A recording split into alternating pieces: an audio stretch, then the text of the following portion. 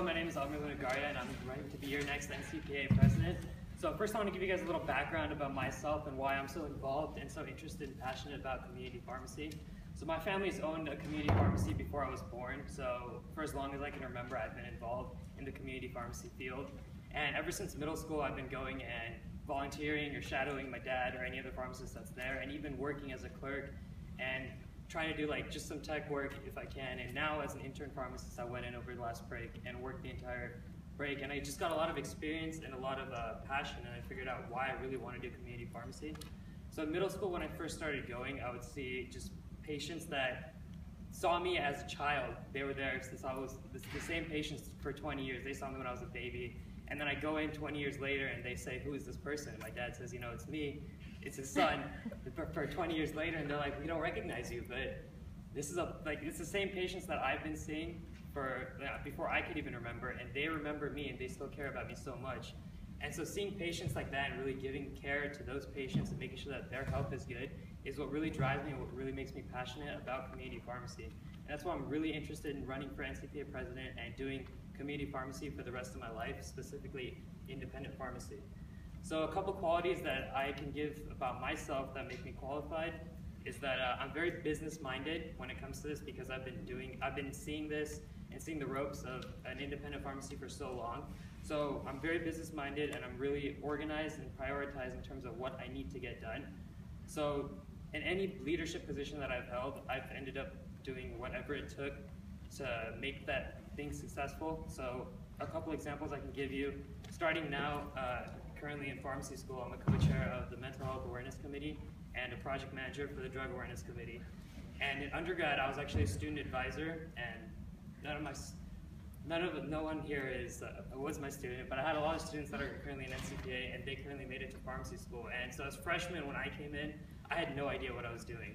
And my student advisor kind of showed me the ropes of what to do, and I passed that down to all the freshmen. And so I'm really good at guiding people and kind of leading people where they need to be to reach their ultimate goal. And so I see that as one of my really big strong points.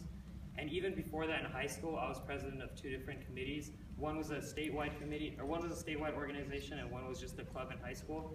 And the club in high school, I keep bringing the story up to anyone that I talk to because it's something that I'm really proud about.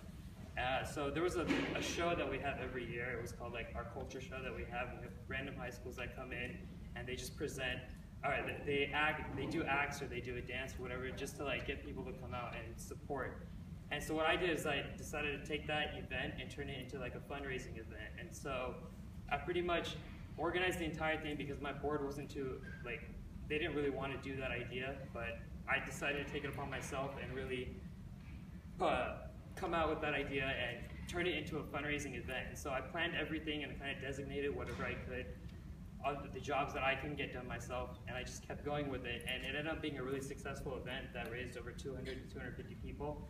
And we raised so much money that I ended up doing something that no one had ever done before, and that was donating that money to the World AIDS Day Foundation. And that kind of sparked an interest in the rest of our high school clubs from that year and on, and they all started doing fundraising events because before no one ever donated to anything. So it's something that's I'm really proud about because I started it, and it was something that just sat with me. It's going to sit with me for the rest of my life.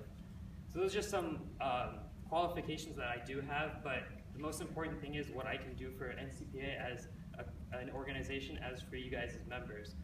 And so with my vast knowledge and experience that I have in independent pharmacy and community pharmacy, I want to share that with you guys, and I also want to see what you guys have to offer and what you guys can give to this committee or this organization, and to make it even bigger, because there's maybe 20 of us in here. You know, all the other committees, or I keep saying committees, all the other organizations, they have a lot of people that come out with a lot of interest, and it seems that in the pharmacy field, community pharmacy is slowly dying, and that's not something that I'm really okay with, because this is something that I'm going to be wanting to do for the rest of my life. So I really want to take that passion and all the passion that you guys have, because you're here, and bring it forward. And that's it. So